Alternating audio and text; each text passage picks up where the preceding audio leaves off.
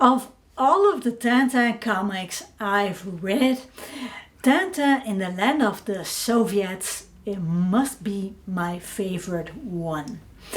Because I just reread it and I found it highly entertaining. Hi, I'm Annie and it is Thursday. This means it is Euro Comic Thursday. Every Thursday I talk about a European comic or a graphic novel. So this time I talk about Tintin in the Land of the Soviets. This was published first in 1929. Hergé published it for a magazine, and this was Le Petit Vingtième.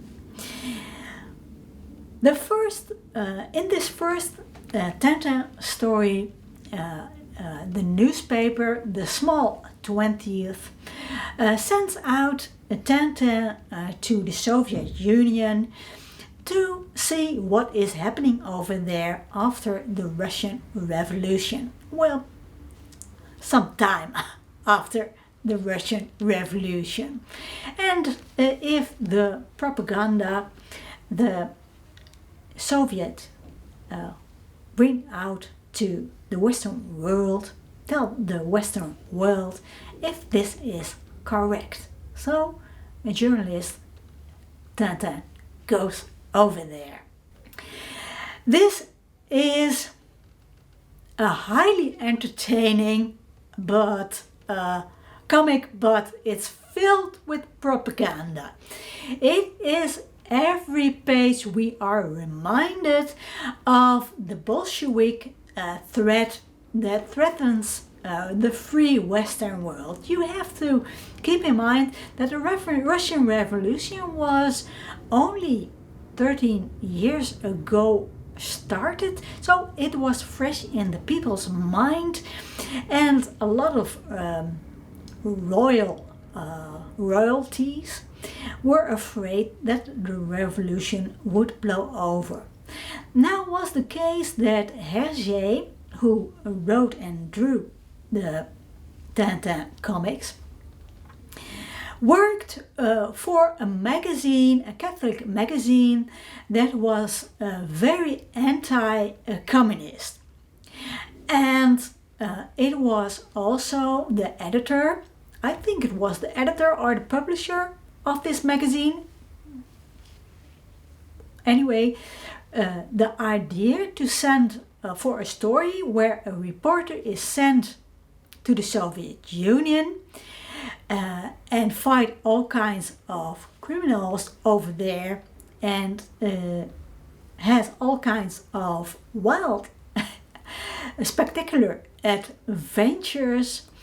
The idea came from the editor, not from Hergé himself. So he set out to write and draw Tintin in the Land of the Soviets. As you may know, or maybe you don't know, Hergé, in his Tintin comics, Hergé always did thorough research. But for this comic, he only had one source. In 1928, the former Belgian consul in Rostov, which is in the Soviet Union, that was Joseph Douillet. He wrote a book, and that was a bestseller. And it was very, very critical of the Soviet Union government and the Bolsheviks. And the book was called, what was the book called? I don't remember what the book was called. But anyway, Douillet wrote this bestseller. And as Hergé had only this one source, he copied some parts. He literally copied some parts of the stories, like the election in the Soviet Union, like it's just a farce, which it probably was, but all kinds of things which he thought he just copied because, well, it's easy, and Hergé was under time pressure. He was every week he had to turn in a couple of pages of this comic sequel, and sometimes he, on the eve before the comic had to be published in this magazine, he didn't know how to get Tintin out of the mess he got him into the week before. So sometimes the story feels a little bit chaotic, but this means also that every page has some spectacular escapes, some spectacular action scenes in it, which makes it highly entertaining. If you want depth, this is not the comic for you. But I found it highly entertaining anyway. And the illustrations are, although it was a rush job, there are some very excellent illustrations in it. Like, for example, this. This is an action scene. Maybe Hergé was the first one to have a plane chase somebody on the ground. So maybe Hitchcock wasn't the first to put it in a story, or whoever wrote what was it? North by Northwest? I forget. If you know, the one with Cary Grant being chased by a plane. That film, I mean, maybe this was inspired by a Tintin story. It's probably Hitchcock didn't write it, but somebody else wrote it. I don't have a clue. But you can see that Hergé was inspired by the films that were seen in the cinema in 1929, because film buffs who are well known with the silent film era probably have seen Buster Keaton's The General, and Hergé took a scene from The General and he put it literally in his comic. So he took inspiration from Buster Keaton. So this is really a fun page. It's really an excellent element in the story. But there were also, of course, other people who took inspiration from Tintin, thinking of all the gadgets James Bond uses. Ian Fleming maybe took inspiration from Tintin because, well, one of the gadgets Tintin uses is a super pocket knife with which you can carve a propeller for a plane from a tree trunk. So that is really entertaining. And think of the Tintin hangs on the underneath, I don't know what's called, but the plane is flying and Tintin hangs on the downside, on the wheels of the plane. Well, I think that's a James Bond scene in a film. So did Ian Fleming took inspiration from Tintin, or did the film director or scriptwriter of that James Bond film took inspiration from Tintin? Well, I do not know. Hergé was always ashamed of this Tintin comic, as he called it his youth sin. But I think he should have been more ashamed of what he did in the Second World War. But of course, those were different times. Hergé was a child of his times. He was born in 1907.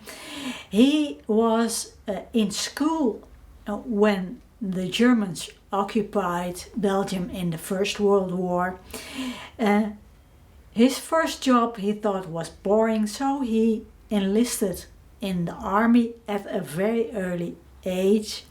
The Second World War he worked for a magazine, and this magazine was taken over by the Nazis, and the Nazis said what to print and what to write, so everything was controlled by the Germans. So Hergé had two choices.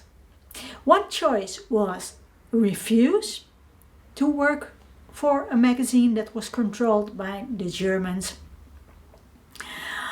and lose his job, or continue to work for this magazine and do what the Germans told him to do. He chose for the last choice. He continued working under the German occupation in Belgium. So he did write an anti-Semitic comic. He did some anti-American stuff as well. I don't think he agreed with what he had to do, but once you're in there, it's really, you have to take it into account that is really, really dangerous to refuse with working with the Germans, especially as you have started it. Of course you could refuse, but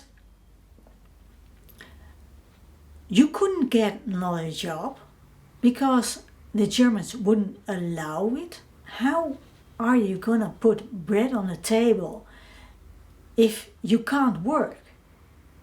Some people, of course, did this, but it is really, really, that is really heroic to do, because you could end up in a concentration camp if you said one word against the Nazis and you already refused to work with them.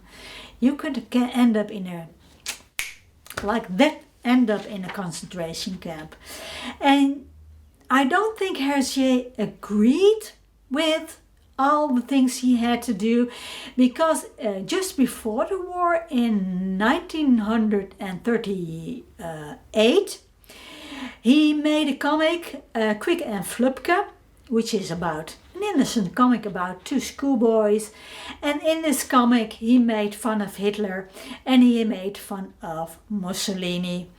So maybe he thought, I don't know if he thought this, but maybe he thought, I have already rubbed the Germans the wrong way with that.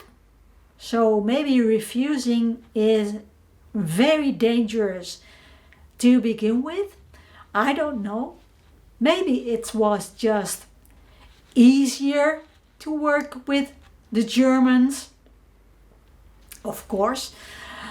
But yeah, well, these were, you must admit, these were really, really difficult times. He always said that these were the times.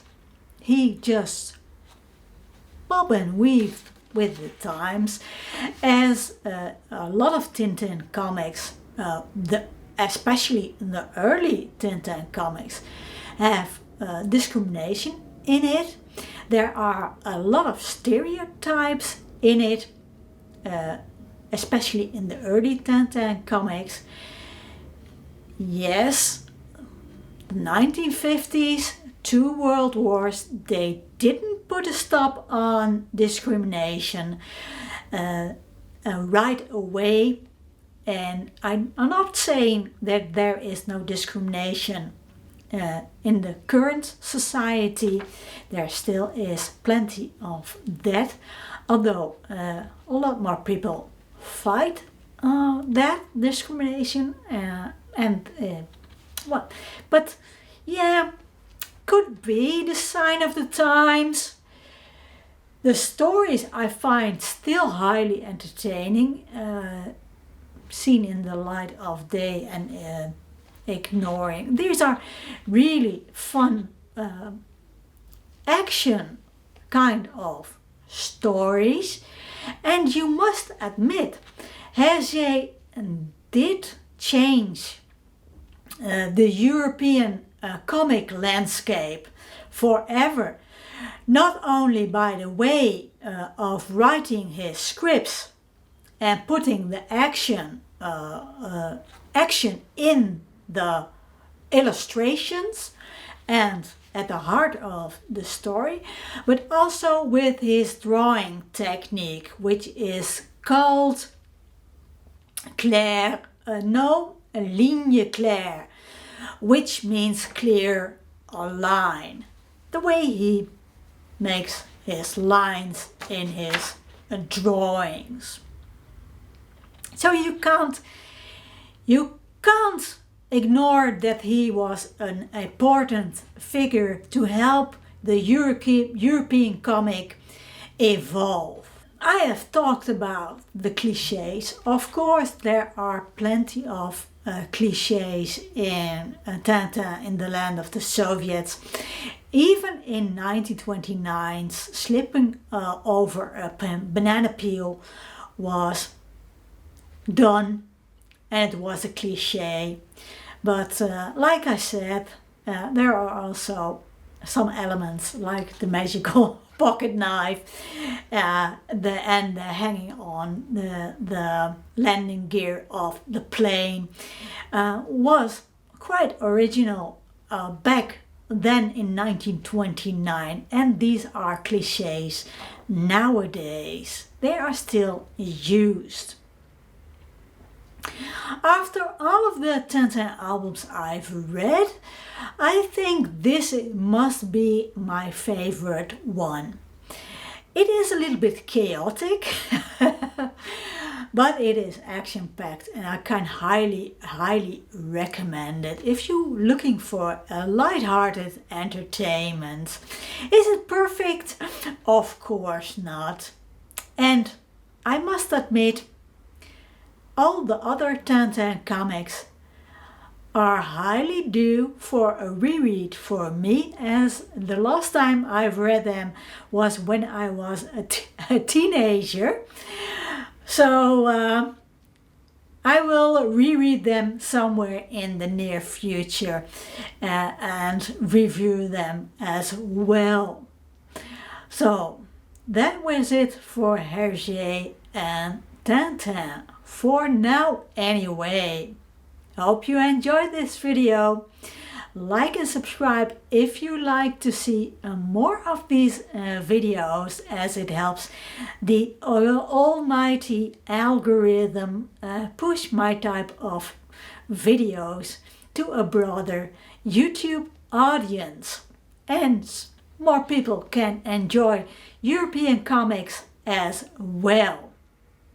Thanks for watching.